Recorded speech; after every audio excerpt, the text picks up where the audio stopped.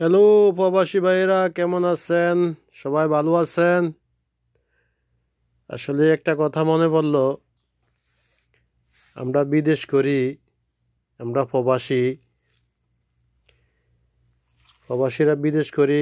অনেকে 3 বছর পরে দেশে যান, 4 বছর পরে দেশে যান, 5 বছর পরে অনেক টাকা পয়সা খরচা করিয়া তারপরে বিদেশে বাড়িতে আসেন। তো এখন আমরা 5 বছর পরে দেশে যাওয়ার টাইমে আমরা কি এয়ারপোর্টে কি মার খেতে যাই?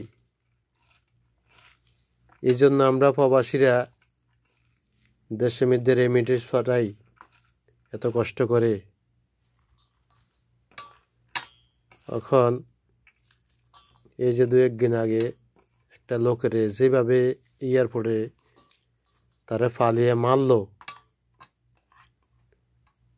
তার রক্ত যেভাবে পড়ছে দেখছেন আপনারা ভালো করে। এই যে মানুষগুলা যেভাবে তাকে দেখলো, তাদের কি করার কিছু ছিল না? সব কি মানুষ?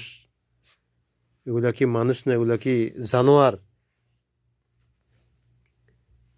এই যে ধরনের ব্যবহারগুলা করলো, মানুষটারে মারিয়া এভাবে মারলো, ফিরলো, তো কোনো লোক কি দেখার মতো কেউ নাই? আমরা প্রবাসীরা কি কোনো বিচার পাবো না? আমরা কি বারবার কি এভাবে নির্যাতিত হব, এভাবে মারি খাবো? তো আপনারা প্রবাসী যারা আছেন তাদের কাছে আমার এই প্রশ্নটা রইল, আমরা কি মার খাওয়ার জন্য দেশে যাই?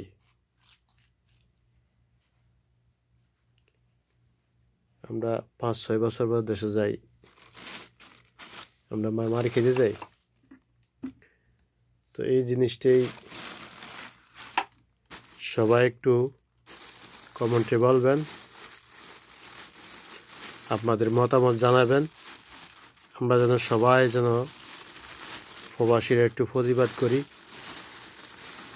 এটার জন্য আমরা একটু লড়ি, সবার জন্য প্রতিবাদ করি। আর একটা কথা হলো, আমার ইউটিউব চ্যানেলের যারা আছেন, অনেক পুরানা বন্ধুবান্ধব আছেন, ছোট ভাইরা আছেন, বড় ভাইরা আছেন, যারা আমার ইউটিউব চ্যানেলটা দেখেন একটু সাপোর্ট করবেন, লাইক দিবেন, কমেন্টের মাধ্যমে কিছু জানাবেন। আপনারা আমার চ্যানেলটা একটু সাবস্ক্রাইব করবেন। সবার জন্য দোয়া করি, সবার জন্য ভালোভাবে বসবাস করতে পারেন বিদেশের মাটিতে। সবার জন্য দোয়া করি, সবাই ভালো থাকবেন। আসসালামু আলাইকুম।